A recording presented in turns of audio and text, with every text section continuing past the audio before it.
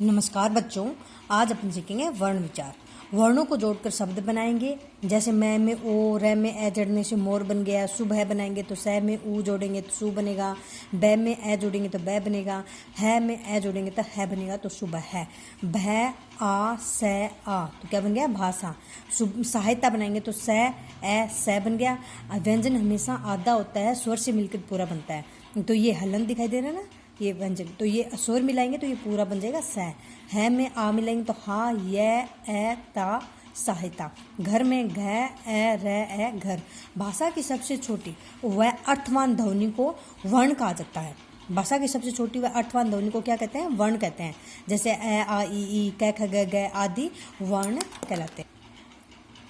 वर्णों के क्रमबद्ध और व्यवस्थित रूप को वर्णमाला कहा जाता है। आइए वर्णमाला को देखें। जैसे ए आ ई उ री ए ऐ ओ औ। स्वर कितने होते हैं? 11 होते हैं। और अंग और ए ये 2 होते हैं अयोग व। ए होता है अनुनासिक। ये अनुनासिक चंद्र बिंदु नाक और मुंह दोनों से बोले जाते हैं। ये नाक से बोला जाता है। व्यंजन व्यंजन क ख ग घ च छ ज ज ट ठ ड ड ड और ढ त थ द द न प फ ब ब म। 25 तो स्पर्श व्यंजन होते हैं। ड ढ ये अलग से वर्ण होते हैं। य र ल व 4 अंतस्थ व्यंजन होते हैं। जैसे जो सड़क बनाते हैं ना, तो ये ड नहीं आता इसमें, ये ng नहीं आता है, ये होता है ड। ढक्कन वगैरह लिखते हैं त थ द द न।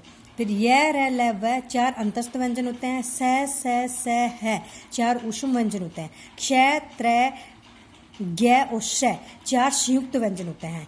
आ ज फ ये आगत वर्ण होते हैं। ये जो बिंदी लगी है ना नीचे, इन्हें नुक्ता भी कहते हैं। इस प्रकार हमारी हिंदी वर्णमाला में संयुक्त व्यंजनों सहित 52 वर्ण होते हैं। संयुक्त व्यंजनों सहित हमारी हिंदी वर्णमाला में कितने वर्ण होते हैं? 52 वर्ण। स्वर व्यंजन संयुक्त व्यंजन सब मिलाकर 52 वर्ण होते हैं। वर्णों की बनावट हम अपने मन से नहीं बना सकते, क्योंकि इनका अपना एक मानक रूप होता है। हल चिन्ह व्यंजन वर्णों को स्वर रहित बनाने यानी आधा करने के लिए उनके नीचे एक तिरछी रेखा लगाई जाती है। इसे हल चिन्ह कहा जाता है। हल चिन्ह कहते हैं। वर्णों के प्रकार वर्णमाला में आए वर्णों को 2 भागों में बांटा जाता है, स्वर वर्ण और व्यंजन वर्ण। स्वर को हमने फिर 3 भागों में बांटते हैं, ह्रस्व स्वर, दीर्घ स्वर और फ्लूत स्वर। ह्रस्व स्वर में ए ई उ और री होते हैं। दीर्घ में आ ई उ ए ऐ ओ औ 7 होते हैं। ह्रस्व स्वर तो 4 होते हैं, दीर्घ स्वर 7 होते हैं और फ्लूत स्वर अब चलन में नहीं है। ये होते हैं वैदिक मंत्रों में काम में लिया जाता है। इनकी मात्रा तिगुनी हो जाती है। जैसे ह्रस्व स्वर की 1 मात्रा होती है, इस दीर्घ की 2 मात्रा होती है, तो इसकी 3 मात्रा हो जाए। जैसे कुकू कू ऐसे बोलता है ना मुर्गे की बांग, फ्लूत स्वर में होती है। ह्रस्व स्वर 4 होते हैं। जिन स्वरों के उच्चारण में 1 मात्रा काल यानी बहुत कम समय लगता है, उन्हें ह्रस्व स्वर कहा जाता है। ये 4 होते हैं, ए ई उ तथा री। दीर्घ स्वर जिन स्वरों के उच्चारण में 2 मात्रा काल यानी ह्रस्व स्वरों से दुगना समय लगता है, उन्हें दीर्घ स्वर कहा जाता है। ये 7 होते हैं, आ ई उ ए ऐ ओ औ। फ्लूत स्वर में ह्रस्व स्वरों से तिगुना समय लगता है, अब चलन में नहीं है। इनका आकार एस की तरह होता है, जैसे ओम लिखते हैं। ओम देखो, ओम बोल रहे हैं तो ओम की ऐसे खींच रहा है ना, ओम।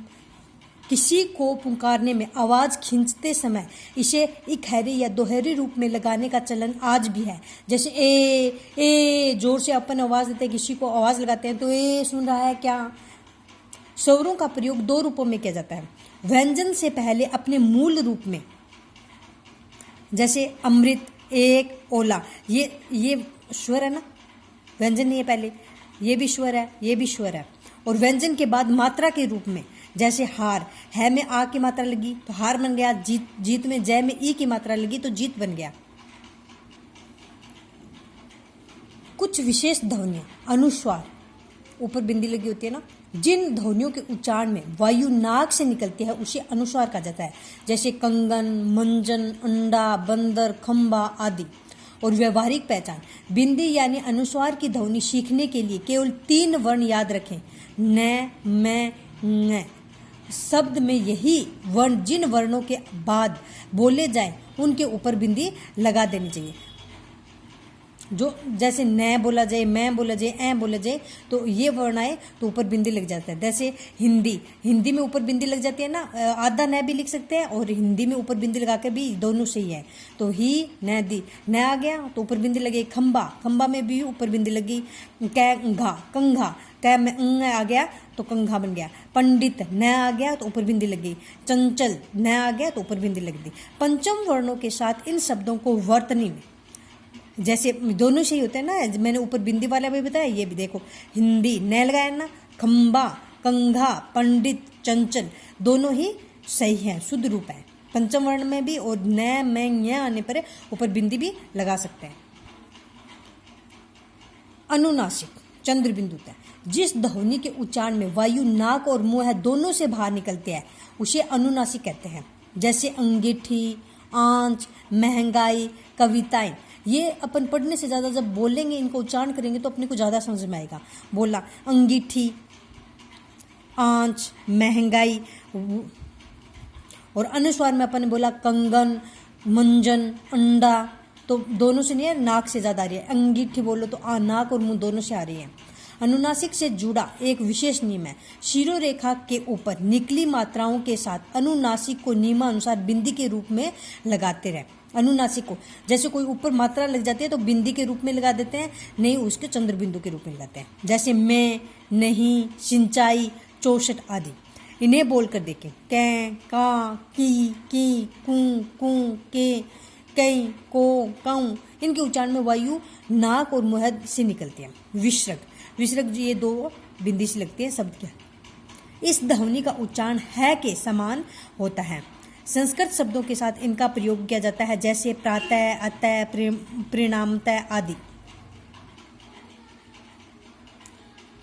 स्वर, अयोग, वह, अनुनासिक तथा उनकी मात्राएं। इनकी मात्राएं देखेंगे, स्वर की, अयोग, वह, अनुनासिक और उनकी सबकी मात्राएं देखेंगे। ए होता है मात्रा रहित होती है, जैसे अमन। आ की मात्रा होती है आगे एक डंडा खींचा जाता है, आग। ई की मात्रा होती है छोटी इधर घुमाते हैं आगे की ओर, किताब। एक बड़ी की मात्रा होती है संगीत, पीछे की ओर। ये ऊपर मुंह का होता है, ऊ की मात्रा ऊ, पुल, ऊ बड़ा ऊ, तो इसकी मात्रा नीचे मुंह की ओर, फूल। री ऐसे, वक्र, वृक्ष। स्वर इनकी मात्रा देखिए, ए की ऊपर एक, शेर। आई की दो मात्रा लगेंगी, पैसा। ओ की एक मात्रा, मोर। औ की दो मात्रा, पौधा। अंग अनुसार है तो ऊपर एक बिंदी आएगी, जैसे चंदन। और अनुनासिक है तो चांदनी। विसर्ग प्रातः। विशेष र के साथ ऊ तथा ऊ की मात्राओं को र के नीचे न लगाकर बीच में लगाते हैं। ये ध्यान रखते होते हैं, र होता है ना उसकी मात्रा बीच में लगती है, न तो नीचे नहीं लगती है, ना बीच में लगाते हैं। जैसे रुक, ये रुक गलत है, रूठना भी गलत है, ये सही है। रुक बीच में लगती है, रूठना ये भी सही है। रुक और रूठना ये सही है, ये गलत है, नीचे नहीं लगाते, र की मात्रा बीच में लगती है। व्यंजन, वे वर्ण जिनका उच्चारण स्वरों की सहायता से होता है उन्हें व्यंजन कहते हैं। ये 33 होते हैं। इनमें 25 प्रश्न व्यंजन होते हैं, 4 ऊष्म व्यंजन होते हैं, 4 अंतस्थ व्यंजन होते हैं। इसके अतिरिक्त इनमें 2 अन्य वर्ण न, ड भी होते हैं। व्यंजन 3 प्रकार के होते हैं। स्पृश व्यंजन, कै से माया तक स्पृश व्यंजन होते हैं। उक्षिप्त वर्ण होते हैं, ड और ढ। उक्षिप्त का होता है फेंकना। अंतस्थ व्यंजन, य, र, ल, व। ऊष्म व्यंजन, स, है। ये 4 होते हैं। स्पृश व्यंजन, स्पृश का अर्थ होता है छूना। कै से लेकर मैं तक सभी वर्णों के उच्चारण में वायु जीभ व मुख के अलग अलग हिस्सों को छूकर निकलते हैं, इस कारण इन्हें स्पृश व्यंजन कहा जाता है। सभी 25 स्पृश व्यंजनों को 5 वर्गों में बांटा गया है। इसका कादेव मावसाना स्पृशा भी कहते हैं। कै वर्ग, क, ख, ग, घ, ङ। च वर्ग, च, छ, ज, ज, य। ट वर्ग, ट, ठ, ड, ढ, न। त वर्ग, त, थ, द, द, न। प वर्ग, प, फ, ब, भ, म। इन वर्णों को याद करने के लिए सूत्र है क, च, ट, त, प। अंतस्थ व्यंजन, अंतस्थ का अर्थ होता है मध्य या बीच में स्थित होना। य, र, ल, व वर्णों का उच्चारण स्वर और व्यंजनों के बीच जैसे ही होता है और इनके उच्चारण में जीभ मुख के किसी भाग को नहीं छूती है, इस कारण इन्हें अंतस्थ व्यंजन कहते हैं। लगभग स्वरों के समान उच्चारित किए जाने के कारण इन्हें अर्धस्वर के नाम से भी जाना जाता है। अंतस्थ व्यंजनों को अर्धस्वर व्यंजन भी कहते हैं। ऊष्म व्यंजन, ऊष्म का अर्थ होता है ताप या गर्मी। स है। आदि वर्ण बोलेंगे तो ऐसे मुंह के आगे हाथ लगा के देखेंगे तो ऐसे लगेगा भी स, तो ऐसे तेज से हवा आती है जैसे ऊष्म, थोड़ा थोड़ा अपने को हल्का सा गर्म सा लगेगा। बोल के देखना, ये प्रैक्टिकली करके देखना, पता चलेगा फिर। आदि वर्णों के उच्चारण में मुख में हल्की सी गर्माहट महसूस होती है और है के अलावा स में हवा सीटी बजती हुई बाहर निकलती है। इस कारण इन्हें ऊष्म व्यंजन कहा जाता है। उक्षिप्त वर्ण ड और ढ। उक्षिप्त का अर्थ होता है फेंका गया। ड ढ वर्णों का उच्चारण में जीभ झटके के साथ फेंकती है, इसलिए इन्हें उक्षिप्त वर्ण कहा जाता है। इनसे कोई भी शब्द शुरू नहीं होता है, बाकी ये कहीं भी आ जाते हैं, जैसे लड़का, सड़क, पढ़ाई, चढ़, लड़की, लकड़ी आदि। स व स के उच्चारण में अंतर। स तालव्य स उच्चारण स्थान तालु से होती है। शलगम वाली स की शलगम बोल के देखना, तालु को टच करेगी, शलगम शलगम। स मूर्धन्य स उच्चारण मूर्धा से होता है, जैसे वर्षा मूर्धा से होता है।